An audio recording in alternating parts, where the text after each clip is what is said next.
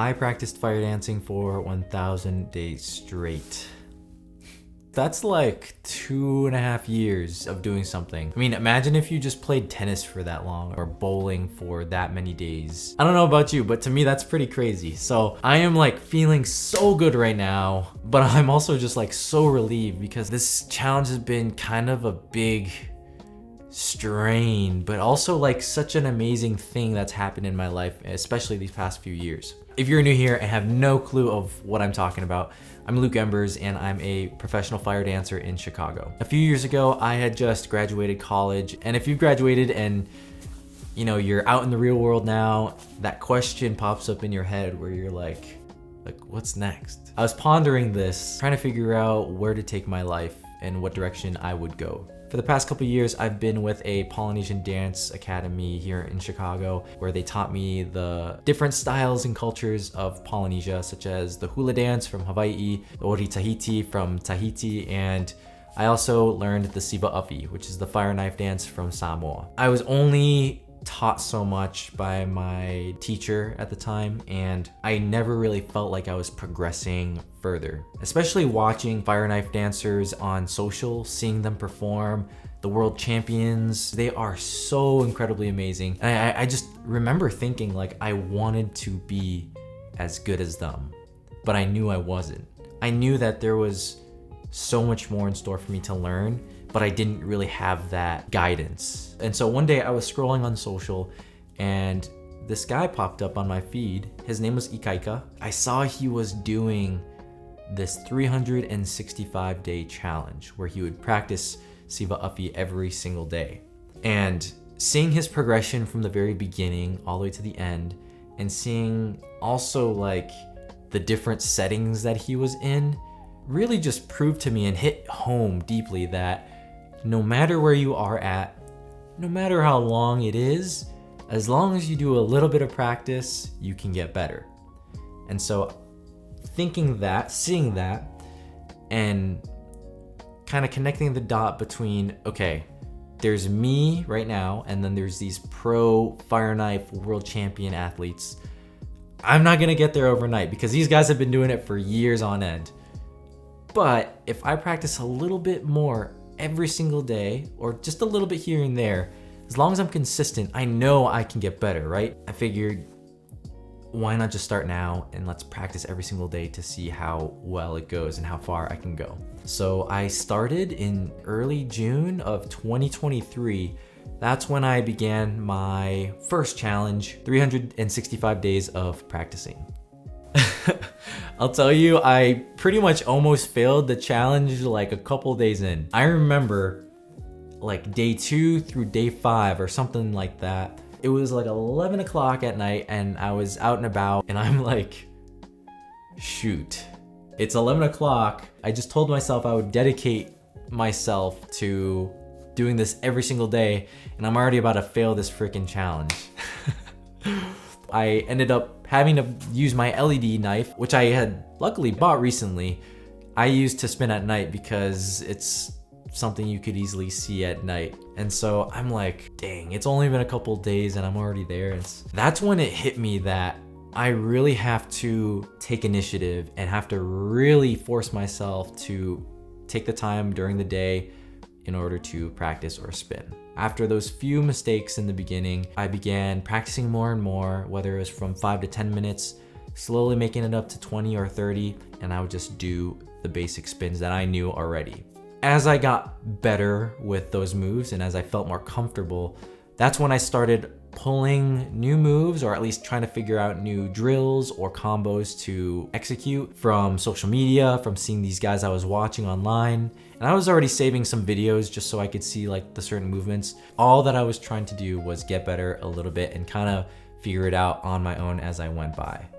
As I was hitting day 30, day 40, day 50, I was starting to practice longer. I was going to the park at the same time every morning to spin so that I could get my drills in, try a couple new moves, and try to combine what I knew and what I was learning to create a new combo. There was this park that I used to go to, and it was a kids park, and they had sprinklers, and there was a playground and everything. And so every morning I would be that one guy at the park spinning and practicing. And so while there's a bunch of kids running around and as there's water spraying all over the place, I'm still there practicing and I'm still there doing my motions, trying to mind my own business and making sure that I continue this challenge with good intention and good effort. And it got better. I got better. My technique slowly improved. My spinning got more flowy and more natural. My speed was increasing too. And lo and behold, I make my 365-day challenge. This was a huge achievement for me because not everyone can say that they did something every single day for 365 days. The cool thing about recording yourself and posting it every day is that you have a video of all the times that you spun or did the thing.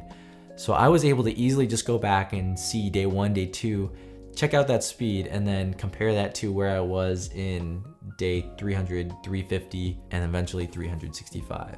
To me, knowing that I told myself I would commit to something, I wanted to effortfully practice, get more reps in, and really try to harness and grow my skills so that I can be like one of the pros one day. It's just one of those feelings that you can't get anywhere else. It's like you created your own evidence for improvement. But, and I say but because this is also another side of me where I get hard-headed and just want to go crazy on something. After finishing this 365-day challenge, I'm just like, well, what's next? I decided that I would move on to 500 days. 500 days felt like the next natural progression over 365 days. During that time, I was playing around with the idea of like, what if I did 1,000 days? And so I continued forward. Something you don't really anticipate when you're doing something like this. You don't really prepare for what happens when you travel somewhere. There were so many times where I was going somewhere and, you know, trying to make fire dancing your full-time career is a pretty huge financial change in your life, especially from someone who's coming from IT. Whenever I was going somewhere, I would love to bring my practice knife, but according to TSA, it is considered a weapon, so I have to check it in a bag. I'm not willing to pay $85 both ways to carry a practice knife in order to do this challenge. I was gonna figure out something else. Whenever I went somewhere, my first objective was to find something that I could spin so I can get out of the way, because I learned my lesson about practicing at 11:30 at night, knowing that I have to do this challenge, but on top of that, not having my fire knife or practice knife on hand to spin, I needed to make sure that I got that stuff out of the way. So I made do with what I could find. And I think some of the items that I found or spun with included a rake, curtain rod, an umbrella, a broomstick and a broom, an LED light, and probably a few other things that I'm missing. But these were some of the weirdest things that I spun in order to make this challenge work. The days go by and I make it to 500 days, which was another awesome milestone, but it didn't feel as big as the 365-day one, because again, it was only about like 140, 135-day endeavor compared to the 365. Deep in the back of my mind, the 1,000-day challenge was lurking and kind of calling my name in order to achieve. And so I committed myself to 1,000 days, and the reason why I'm thinking this is because the second half of the 500 days felt so long. Like, I am telling you, I think this is where the challenge just got so hard because, you know, in the start of something, you're super into it and you're so energetic and you have so much drive and passion for it. And so that's when most of the effort is kind of at its peak, or when you optimize for that thing. But after doing something for so long, let alone 500 days, you kind of get tired of what you're doing. And so when I continued after the first 500 days, I just remember that there were moments where I just did not want to practice, where I just freaking hated what I was doing. I would continue to face not only the challenges of travel, but also getting sick. And doing this challenge in Chicago year round means that you're not just only doing it in the summers when it's outside and it's super nice and it's easy and convenient. You gotta do it in the winters when Chicago is so brutally cold, when there's snow, and when there's every possible reason to not do it, yet you still have to do it. I committed myself to this challenge and I'm so deep in it already, right? Like I can't just give up after 500 days just because I didn't want to do it, you know? I had to keep going and I had to do it when I hated it. And that's kind of the beauty of this challenge, because I didn't force myself to do it for like an hour every single day. I knew from the get-go that that was unrealistic. The main idea of it was, can you pick up a practice knife or something to spin? Can you do a little bit here and there, or at least try something new or reinforce an old move or skill so that it's a little bit better than it was before? And that means that I can have those 1 hour practices, and I can also have those 5 minute, 3 minute practices that I just don't want to do.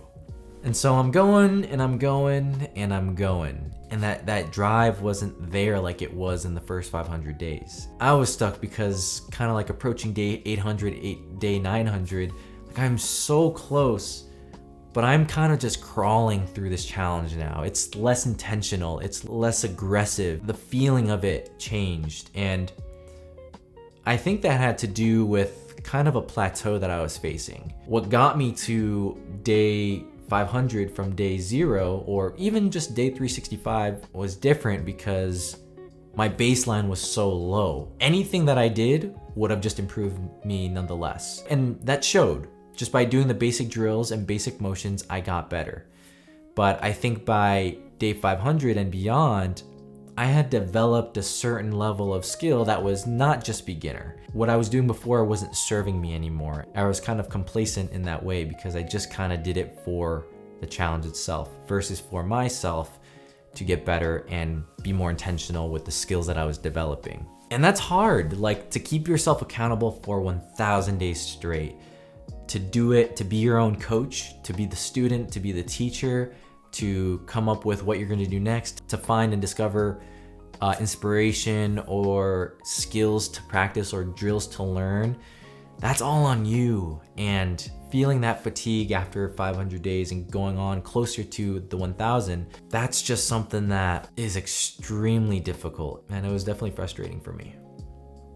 I continue and I work and I try and I'm crawling. And those last few days of spinning, I really reflected on my journey thus far, and I'm so happy to say that I've made 1,000 days, and that's why I'm here. Reflecting on all this sheer volume is something that will help you in a vast way, especially when you're starting out new, because all that you need in order to get better is volume. Moving forward in my practice and in my training, I need to be so much more intentional and have a different structure and approach to it.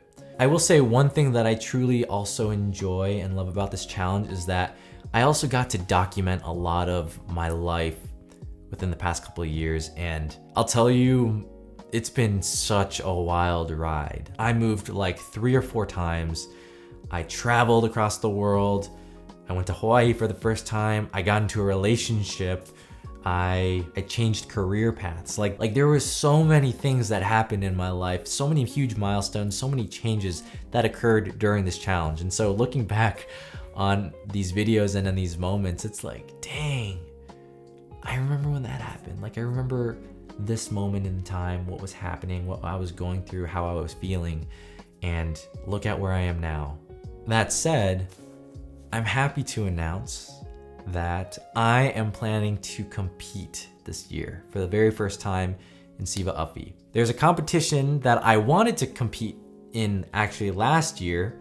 It's called Masters of the Flames. It's in Utah, and it's a qualifier for the World Fire Knife Championship. I wanted to do it last year, but it actually got canceled due to, I think, permitting or whatnot. So the event just didn't happen at all. But I think because I completed this challenge and the timing's a little bit better, and hopefully it's still running this year, Masters of the Flames is going to be the culmination of all the training that I've done over these past 1,000 days and everything that I learned to apply it into this new stage, a new era of training. That's a huge announcement for me. I'm so excited for that. And this 1,000-day challenge has been nothing more than an insane experience. And I'm so proud of myself for being able to show up every single day for something that I am extremely passionate about. And I'm also trying to create a life and career around. So I now declare this 1,000-day challenge as the Embers Challenge. This challenge represents you dedicating yourself to doing something 1,000 days straight. Don't care what it is, whether it's dancing, whether it's cooking, whether it's crocheting, something. Any skill that you want to develop, I challenge you to do it for 1,000 days. Every day that you commit yourself to it, every day that you're able to show up and to dedicate yourself to the craft to get better, especially in moments where you don't want to, where you're crawling, where you feel obligated and you kind of hate it in the moment. Thinking about the big picture and long-term goal that you're trying to achieve, keeping yourself consistent and dedicating yourself to something can truly bring so much good and so much development in your life. And so I want to keep that spirit going and keeping that energy going. So just know, if you do it, that's what make you be what remains. Do you have what it takes?